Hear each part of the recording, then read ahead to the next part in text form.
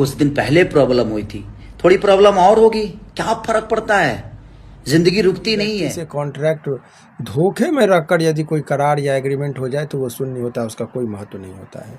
इस केस में भी यही हुआ, हालांकि जजमेंट है, केवल वो ये बात है कि सिग्नेचर है, वो सारी चीज़ को एडमिट किया गया है, लेकिन जो मूल बातें इसमें है कि ये इसमें इनके चूँकि वो पढ़े लिखे कम हैं, वो आर्टिस्ट हैं, इंग्लिश उनको समझ में नहीं आई और अंग्रेजी में ही वो सारी चीज़ें एग्रीमेंट का टर्म एंड कंडीशन था। और उसके बाद एक बार जो कन्वर्ट करके जो इनको बताया भी गया, तो वो गुड फेथ में, वो सद्भावनापूर्वक कि इनके साथ जो चीज़ के लिए एग्रीमेंट की बातें नहीं थी वो भी उसमें कंडीशन, टर्म एंड कंडीशन लिखा गया था, जिस वजह से वो भ्रम की स्थिति में ये चले गए। और वो 5 करोड़ में जो है सो वो अपना 200 गाने की बात इनसे कर ली कि हम आप ही को सेल करेंगे। तो मूल बात यही है, लेकिन फिर भी इनके समर्थक ये जानने के लिए इच्छुक, इनके समर्थक ये जानने के लिए बहुत इच्छुक हैं कि क्या अब खेसारी लाल यादव का नया गाना, नया मूवी या स्टेज प्रोग्राम देखने को नहीं मिलेगा। तो ये सरासर भ्रम है, अफवाहें हैं। जजमेंट के 88 पैराग्राफ हम चाहेंगे कि आप लोग उसको दिखाइए। 88 पैराग्राफ में जो है सो स्पष्ट तरीके से हाई कोर्ट ने कहा है कि वो खेसारी लाल यादव गाना गा सकते हैं, इस पर कहीं कोई रोक नहीं है, स्टेज परफॉर्मेंस भी कर सकते हैं, इस पर कहीं कोई रोक नहीं है।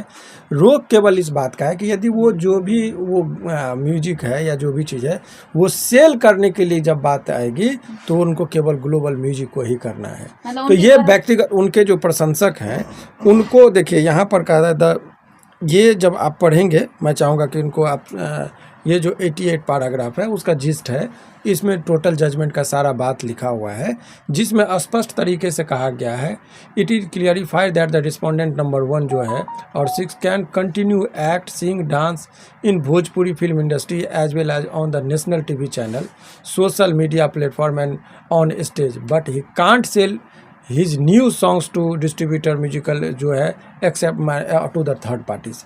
मतलब यही बात हुआ कि ये डांसिंग, नेशनल न्यूज़ चैनल सब पर काम कर सकते हैं, एल्बम बना सकते हैं, स्टेज प्रोग्राम कर सकते हैं, बेचने की जब बारी आएगी तो वो थर्ड किसी को नहीं दे सकते, यानी कि ग्लोबल म्यूजिक जो है उसी के माध्यम से कहेंगे। तो ये व्यक्तिगत तौर पर आर्थिक रूप से क्षति इनको हो सकती है। इसका व्यवहारिक पक्ष ये समझिए, कोई बहुत अच्छा गाना गा दिए, बहुत हिट होने वाला होता है, तो बहुत सारी कंपनी उसको खरीदना चाहती है कि मैं उसको रिलीज करूंगा।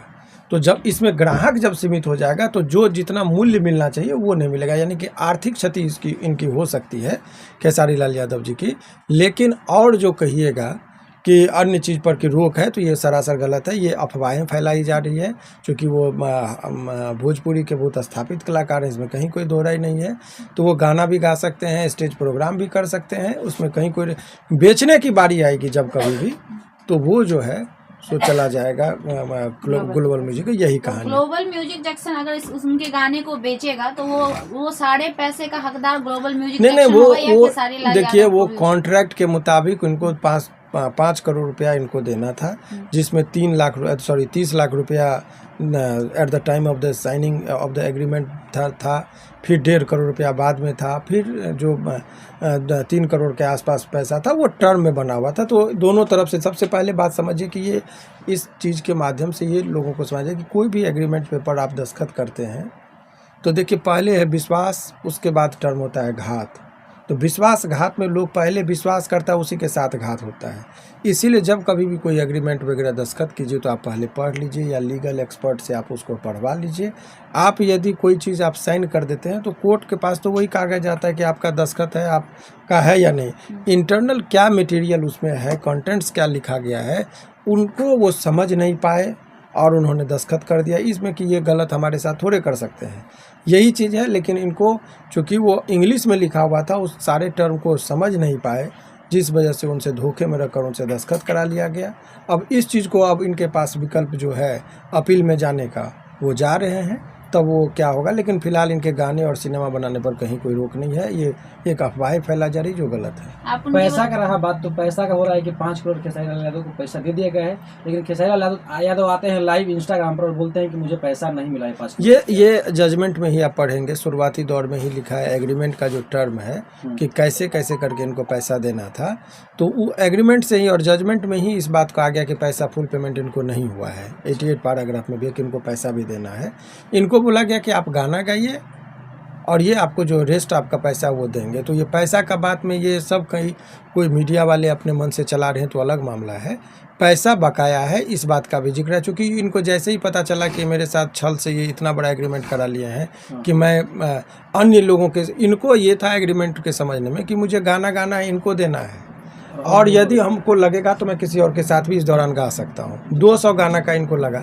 तो बहुत सारी चीज़ों को जो है सो इनको समझ में नहीं यानी कि आई। धोखे से साइन यस, इसमें कहीं कोई दो राय नहीं, एज पर जो इन्फॉर्मेशन जो उनके द्वारा है। इसको कैसे सुधार हो सकता है? ये धोखे से साइन हुआ है तो नहीं, इसीलिए सेक्शन 20 कहता है कि यदि मान लीजिए एक उदाहरण समझिए कि किसी व्यक्ति को पटना में ज़मीन है, अब बेचने जा रहा है तो वो समझ रहा है कि हम गांव का ज़मीन बेच रहे हैं, लेकिन धोखे से खाता खेसरा नंबर पटना या जो प्राइम लोकेशन है गांधी मैदान का वो ज़मीन का जिक्र हो जाए, और आदमी को जब बाद में पता, और साइन भी कर देंगे रजिस्ट्रार की, ज़मीन रजिस्ट्रार के ही पूछता कि आप ज़मीन बेच रहे हैं, हाँ कितना में बेच रहे हैं, ये लोकेशन नहीं पूछा, आदमी साइन कर दिया। बाद में पता चला मैं बेच रहा था गाँव की ज़मीन, ये पटना की ज़मीन बिक गई, तो वो कैंसिल होता है कि नहीं? वही बात है कि यहाँ जो भी बातें हुई है वो भरमबस ऐसी चीज़ें हो गई है जो टर्म एंड कंडीशन को नहीं समझ सके। इससे यही सीख मिलती है कि जब कभी भी कोई पेपर वगैरह दस्तखत कराइए तो नहीं समझ में आए तो आप अपने लीगल एडवाइजर से दिखा के तब दस्तखत कीजिए तो ज़्यादा बेहतर क्या है। उसका कोई समाधान है कि समाधान बहुत है। यदि मिस्टेक ऑफ फैक्ट को यदि एस्टेब्लिश कर देंगे तो ये जितना इनको लॉस होगा वो भी भरपाई आपको ग्लोबल म्यूजिक को ही करना पड़ेगा। शुरुआती दौर में जो है सो खेसारी जी जीते थे तो अपील में दिल्ली हाई कोर्ट में अपील में आ गया ग्लोबल, तो आज वहाँ उनको थोड़ा रिलीफ मिला है। क्या आप ये कह देना कि खेसारी लाल जी पर जो बहुत टिक्का टिप्पणी हो रही है कि इन्होंने पैसा ले लिया, ये सब सारी बातें गलत है। वो जजमेंट में ही इस चीज़ का जिक्र है। खेसारी लाल के जितने फैंस हैं उनके गाने वीडियो सुन सकते हैं। एक पर एक मूवी भी आएगा उनका, वो रुकने वाले नहीं हैं। और पैसा का देखिए ज़्यादा कि नहीं, लालच थोड़े में गुजारा होता है। जो ज़मीन से जुड़ा हुआ कलाकार है वो बहुत, इससे उनके जो लिविंग स्टाइल रहे हैं वो खेत में भी काम किए हुए हैं, तो आदमी को उनको पैसे से बहुत ज़्यादा फ़र्क नहीं पड़ता है। उनके प्रशंसक है, उनके जो अभी वो लाइव आकर जो लोगों से अपील कर रहे थे कि लोगों ने उनको बनाया, ऐसा उन्होंने कहा, तो उस सबसे बहुत ज़्यादा फ़र्क उनको नहीं पैसा को वो भरपाई कर लेंगे, लेकिन गाने वगैरह पर रोक नहीं है। वो एक्टिंग स्टेज प्रोग्राम जैसे लोग होता है, लोगों को दिमाग में ये चला जाएगा बात कि ये स्टेज प्रोग्राम ही नहीं कर सकते हैं, तो कोई बुक कराने नहीं उनके पास जाएंगे। किसी को पता चल जाएगा कि ये गाना नहीं गा सकते हैं तो उनके पास लोग नहीं जाएंगे, तो उनका मार्केट टूट जाए किसी तरीके से। इस सब वजह से भी इस चीज़ों को बेवजह और जानबूझ के प्रचारित किया जा रहा है कि इन पर रोक है, जबकि जजमेंट का वो चीज़ कहता है कि कोई रोक नहीं है, गाना गा सकते। 30 सितंबर 2025 से पहले Khesari Lal Yadav global music production के अलावा किसी और कंपनी को गाना देना चाहते हैं? ये वो जजमेंट आ जाने के बाद वो दे सकते हैं। अभी ये चैलेंज कर रहे हैं और बहुत जल्दी इनके पक्ष में फिर से आने की संभावना है।